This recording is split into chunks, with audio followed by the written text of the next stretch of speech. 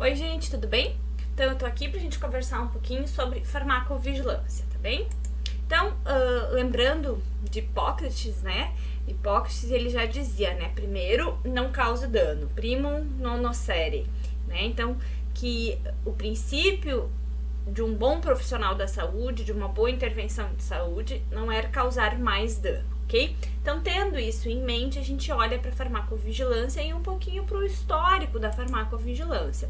Então, a gente teve, né, alguns casos históricos ao longo do mundo sobre efeitos adversos aos medicamentos. Então, lá em 1775, 1778, William, né, Withering, descreve os efeitos adversos dos digitálicos. Então, lá a digoxina e os digitálicos, ele já conseguiu, né, em 1778, descrever um pouquinho sobre os efeitos adversos dos digitálicos. Em 1874, veio a intoxicação por mercúrio, que era usada na febre amarela. 1990 veio, né, as mortes com clorofórmio, que era utilizado como anestésico, e pelo arsênio, que era usado para o tratamento da sífilis. 1950, né, os casos de anemia blástica causada pelo clorofenicol, tá? O dietileno-glicol era usado como um veículo, né, para sulfonamida e causou morte de 107 crianças. Então, são eventos adversos, né, efeitos adversos de alguns medicamentos ao longo dos anos, né? 1959 e 61 a gente teve o caso, né, da talidomida, que foi o que marcou o início realmente da farmacovigilância, que teve uma epidemia de focomielia, né, que então era má formação de membros relacionados à talidomida, tá? Então, teve em torno de 4.000 casos, 15% de mortes, então foi um impacto mundial muito grande. E até hoje a gente tem, né, adultos hoje com malformação de membros relacionados ao uso da talidomida durante a gestação. Então, esse foi o momento mais marcante, o evento da talidomida no mundo inteiro. E aí, então, se começou, né, a ter mais cuidado com o uso dos medicamentos e com a questão dos eventos adversos graves que alguns medicamentos podem causar, ok? E aí, então, surgiu, né, a farmacovigilância e tem todo um histórico, né, de legislações aqui no Brasil, né, na Lei 8080, que é a nossa lei orgânica, traz a definição de vigilância sanitária, cria a vigilância sanitária, traz a farmacoepidemiologia e traz as questões da farmacovigilância, tá?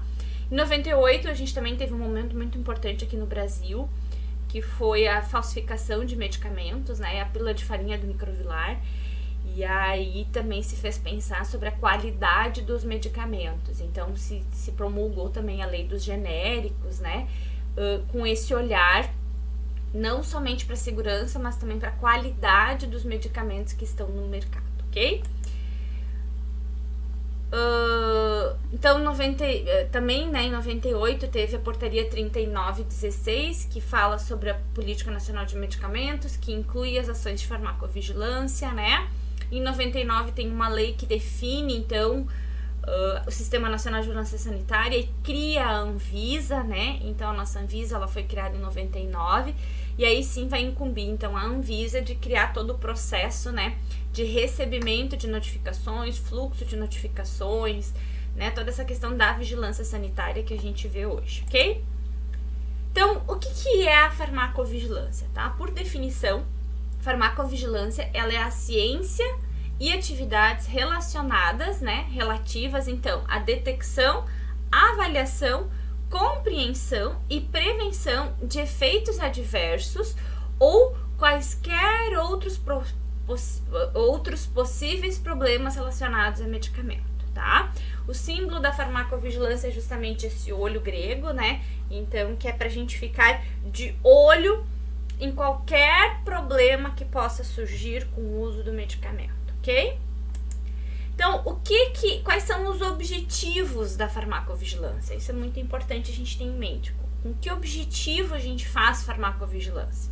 Então, o primeiro objetivo é detectar de forma precoce reações adversas, né, e interações medicamentosas que são desconhecidas. detectar o aumento de uma reação adversa que é conhecida, então tu já sabe que aquela reação pode causar, mas tu tá enxergando um aumento dela. Identificar, isso é muito importante para a gente conseguir prevenir, a gente precisa identificar fatores de risco, né, e possíveis mecanismos dessas reações adversas, e também fazer a estimativa quantitativa da relação risco-benefício, né? E para fazer essa relação risco-benefício, a gente precisa de mais informações sobre os medicamentos, ok?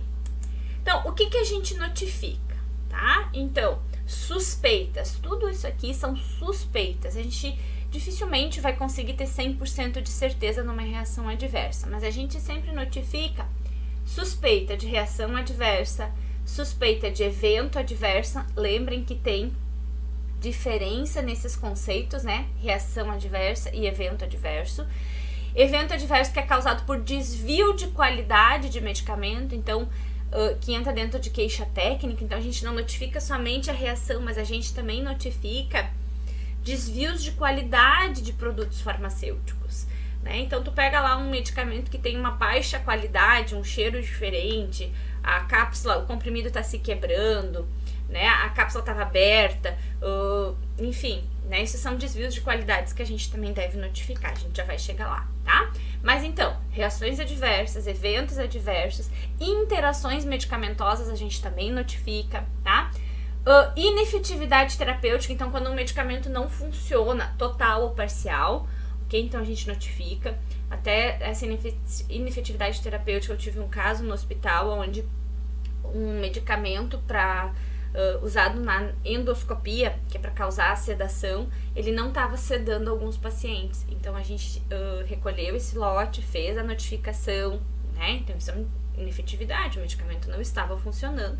Então a gente notificou a Anvisa e depois até teve um recolhimento de lote geral, né? A Anvisa emitiu um alerta e o recolhimento de lote por causa da inefetividade terapêutica, tá?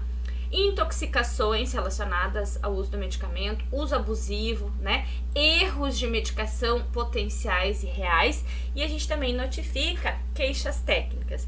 Então, queixa técnica abrange, né, alterações e irregularidades do produto, né? Então, problema no rótulo, problema no comprimido, né? Todas essas que tu olha assim, é uma queixa técnica, que tu vê até antes de usar o medicamento, né? Tu já enxerga a queixa técnica, a gente também notifica, tá? Na dúvida, tipo, não tenho certeza se é ou não, notifica, tá? Então, isso é muito importante. Na dúvida, a gente tem que notificar essa reação adversa e esse evento, ok? Seguindo aqui, né? O que a gente também notifica? Quando a gente olha para medicamento novo, a gente notifica tudo, tá? Inclui reações leves, não graves, notifica tudo. Aquele medicamento que já está bem conhecido, né? Então, por exemplo, morfina causa constipação. Bom, não preciso notificar todos os casos de constipação. É uma reação adversa bem conhecida, bem estabelecida, tá? Então, a gente passa a notificar nesses medicamentos que estão estabelecidos, bem conhecidos, aquelas reações bem corriqueiras, né? A gente notifica as reações graves e as inesperadas ou as incomuns, né? Então, eu já comentei com vocês do levofloxacino e do tendão de Aquiles, né? Ruptura de tendão de Aquiles. Então, essa é uma reação adversa que a gente costuma notificar, né? Porque ela é incomum, ela é inesperada, então a gente acaba notificando, ok? Também se recomenda notificar o aumento de determinada frequência de determinada reação. Então, vocês estão ali na prática diária e começa a ver que está aumentando, né? Olha só, mais pacientes estão apresentando essa reação. Então, a gente também notifica, tá? Se notifica todas as suspeitas de reações associadas à interação medicamentosa. É bem importante porque a informação sobre a interação medicamentosa na bula é bem limitada. Então, sim, a gente precisa notificar, né, quando surge uma reação que pode ser uma interação medicamentosa, tá? Alguns campos específicos também são importantes a gente notificar. Então, quando é gestante, criança, idoso, notificar tudo, porque são informações limitadas. A gente não faz testes em idoso. Então, a gente precisa notificar todas as reações que ocorrem em idoso, tá? Também eventos adversos decorrentes de superdosagem, erro de medicação, perda de eficácia, né, e desvio de qualidade de medicamento, como a gente já havia comentado. Então, tudo isso a gente deve notificar, ok? Então, né, o que a gente notifica? A gente notifica a reação adversa e aí a gente também tem que coletar várias informações, né, seriam importantes, olhar para doenças, adesão, a genética, se é um erro, a dieta, né, o meio ambiente, para aí sim atribuir esse evento, essa reação ao medicamento, ok? Então, a gente precisa conseguir diferenciar isso. Por que a paciente teve aquela reação? É por uma questão genética, uma questão de doenças que ele tem associadas, foi um erro de medicação, né? É algum alimento que ele ingeriu e provocou a reação, enfim, a gente conseguir entender mais isso e poder atribuir realmente ao medicamento essas reações e a gente poder principalmente prevenir, né, reações futuras. Então, a gente conseguir prevenir e identificar de forma precoce uma reação grave, ok? E aí, né, vem a questão de temporalidade. Então, por que a gente tem que fazer farmacovigilância, né? Por que a gente tem que notificar essas reações? Isso já não é feito no ensaio clínico? Não, gente. O ensaio clínico a gente faz a fase 1, 2 e 3, é pré-comercialização. O que a gente consegue detectar no ensaio clínico, né? Estudos limitados de toxicidade, né? E a gente consegue ver efeitos farmacológicos inesperados em alguns pacientes. E aí a gente registra, ele entra no mercado e aí a gente vai conseguir ao longo, né, do tempo, pós-comercialização, ver os efeitos idiosincráticos, ver a probabilidade de causar câncer e aí a importância da farmacovigilância. E aí sim que a gente vai garantir a real segurança desse medicamento numa população maior e não numa população restrita, ok? Né? E aí vem aquela, mas por que os estudos pós-comercialização e as notificações de reações adversas são necessárias? Por que a gente tem que fazer farmacovigilância, tá? Porque, gente, as informações das reações adversas são incompletas. A gente tem, quando vai fazer um estudo clínico, a gente tem uma população homogênea, tá? Onde tu vai ter pacientes relativamente saudáveis, tem uma doença, né? Não inclui idosos, crianças, gestantes. Os ensaios clínicos, eles têm uma duração limitada, né? Então, a gente pega ali um curto período de tempo que não vai conseguir ver reações a longo prazo. O tamanho da amostra. Um bom estudo clínico, a gente vai ter 5.000 humanos participando. Então, eu não vou conseguir ver reações menos comuns, né? Vou conseguir ver aquelas mais comuns. Eu tenho uma população de 5.000 pessoas. Isso não representa todo o meu, né, mundo real, onde a gente tem 7 bilhões de pessoas, ok? E também, né, esses estudos clínicos, eles têm a inabilidade de prever o mundo real. O que é o mundo real? O mundo real são pessoas com várias comorbidades, perfis genéticos diferentes, cor de pele, raça, alimentação, questões culturais que são totalmente diferentes, né?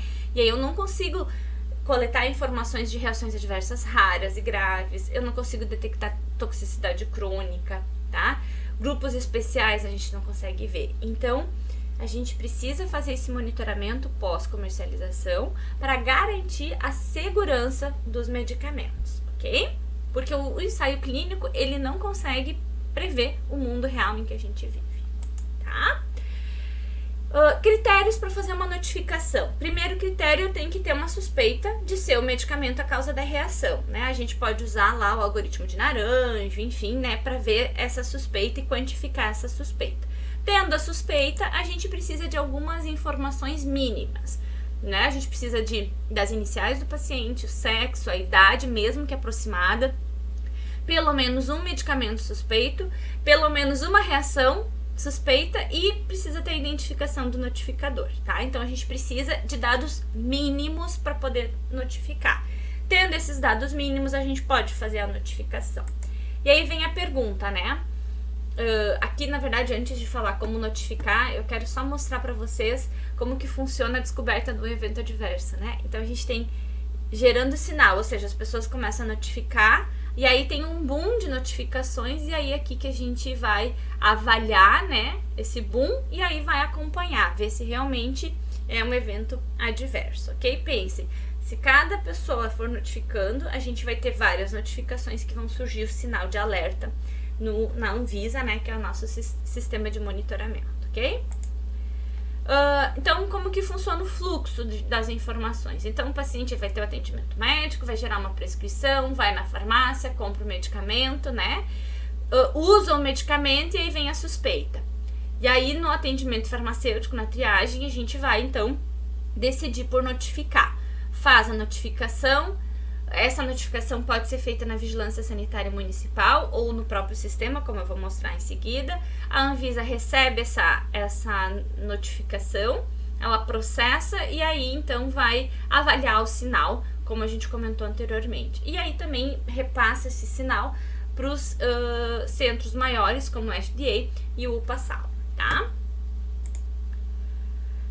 Quem pode notificar, tá? Profissionais de serviços de saúde, profissionais liberais, cidadãos, todo mundo pode notificar. É só saber chegar até a ferramenta, qualquer pessoa pode notificar uma reação adversa, ok?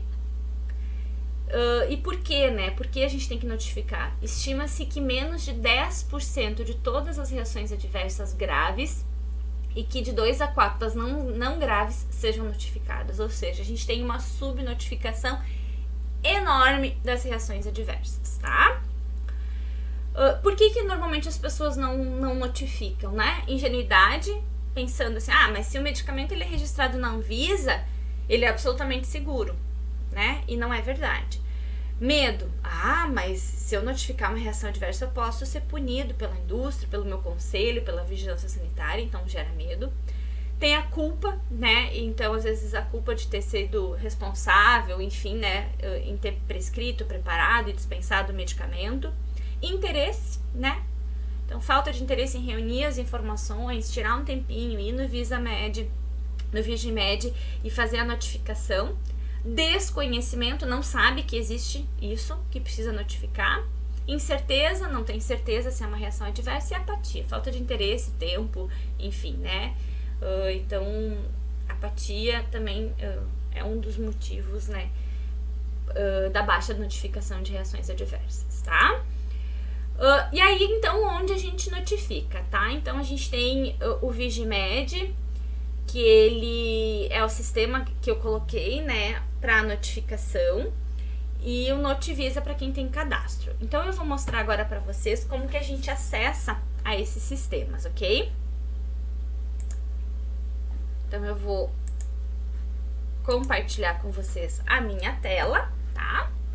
Então, vocês podem entrar pelo Google, né? Então, podem vir aqui no Google, ó, digitar farmacovigilância, tá? E aí, esse é o primeiro, ó, o gov.br, ó. Ele vai abrir aqui, farmacovigilância. Aqui tem as informações sobre farmacovigilâncias, tá? Importante, aqui tem os alertas que são emitidos, olha que interessante essa página. Ele tem todos os alertas, né? Então, os últimos alertas, ó, aqui a gente teve o último alerta foi de agosto, né? Então, fala do Coronavac, né? Aqui tem um interessante do uso do paracetamol, ó. Então, ele traz o resumo, ele traz a identificação do problema, então vem observando o uso abusivo de paracetamol, né? Tá? Então, traz as informações de alertas, tá? Então, isso aqui é importante para os farmacêuticos olharem esses alertas, tá? O que mais tem aqui de legal no site? Tem os comunicados, tem cartas aos profissionais de saúde, então, né, ó, vamos ver as cartas. São com informações, né? Então, aqui, ó, vamos esse aqui.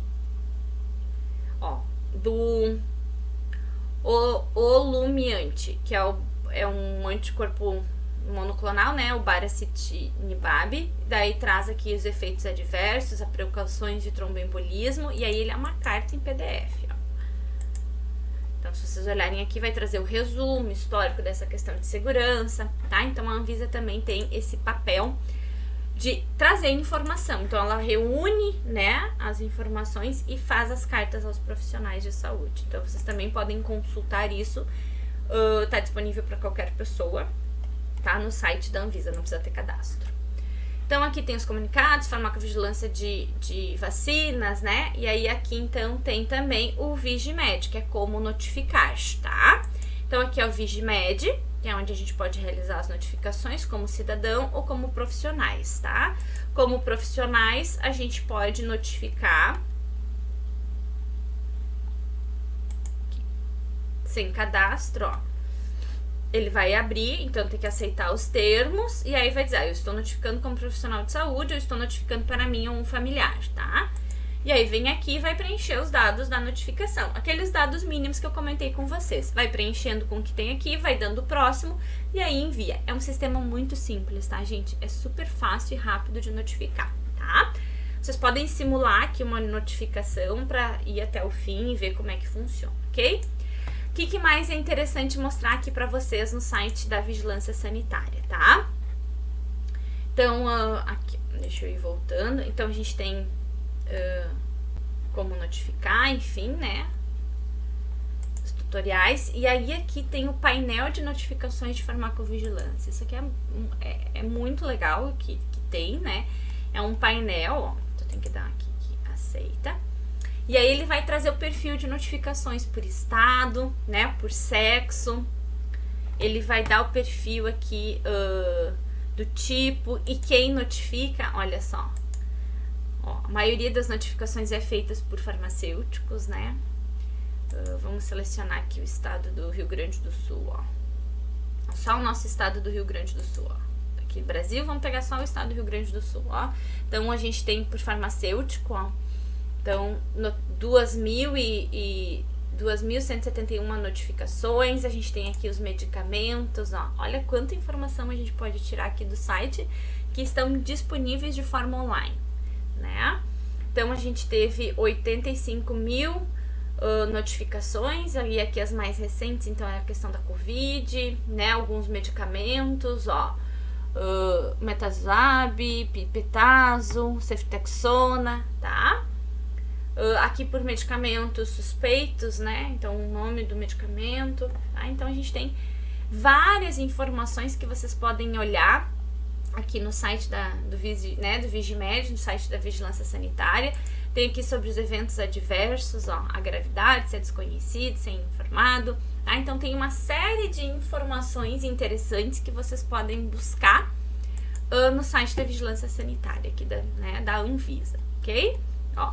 Aqui também tem, aqui era dos dados abertos, né, então das notificações, também tem publicações, comunicados, que nem eu comentei, né, e também tem aqui, além da farmacovigilância, a gente tem outras informações. Então, a gente tem a farmacovigilância, que é de medicamentos, a tecnovigilância, que é de materiais e equipamentos, que também o farmacêutico faz, a biovigilância, que são a vigilância dos medicamentos bioativos, cosmetovigilância, que é a parte de vigilância do uso de cosméticos, né, e a nutrivigilância, que é de nutrientes e produtos relacionados à nutrição, e a hemovigilância, que é do hemoderivado, bancos de sangue, enfim, né, fazem as notificações, tá? Então, aqui tem informações sobre tudo isso, né, sobre todos esses sistemas de vigilância, inclusive do SGNPC, né, que aqui entra a parte de lançamento de receitas, enfim, né, então, tem muita informação nesse site da Anvisa. A tecnovigilância é algo que a gente acessa bastante, quem trabalha em hospital, principalmente os alertas, né? Olha que interessante, a gente tem os alertas, né? Aonde vai trazer lotes de equipamentos com problemas, enfim, né? Parte mais de materiais médico-hospitalares, tá? Então, tem essas informações todas aqui no site, vocês podem acessar, né? É interessante vocês conhecerem, para poderem fazer as notificações de forma adequada, tá bem? Voltando aqui para nossa apresentação, então, né, que a gente tem onde notificar. E aí vem, né, como que o Brasil, então, quais são as estratégias do Brasil para melhorar esses números de notificação. Se vocês olharem ali, aqui acabei não mostrando, mas eu posso mostrar novamente aqui, ó. Vamos voltar aqui no meu compartilhamento. Dentro da farmacovigilância, a gente tem o painel de notificações e aí a gente tem os números de notificações. Deixa eu mostrar aqui só para vocês entenderem isso. Verem isso também é legal. Deixa eu só puxar pra cá,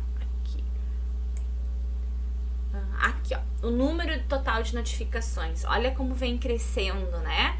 Então, em 2021, ó, a gente teve um aumento bem grande de notificações. Por que vem ocorrendo esse aumento no número de notificações, né? E aí a gente vai pegar aqui, ó, serviços de vacinação aumentou bastante porque as reações adversas às vacinas, né?